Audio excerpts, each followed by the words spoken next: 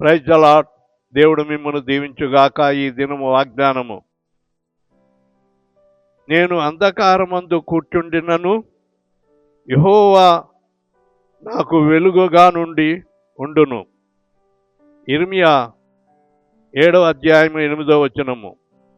మనము అంధకారములో చీకటిలో ఉన్నప్పటికీ ఆయన మన జీవితానికి వెలుగుగా ఉండటానికి దేవుడు సహాయం చేస్తాడు.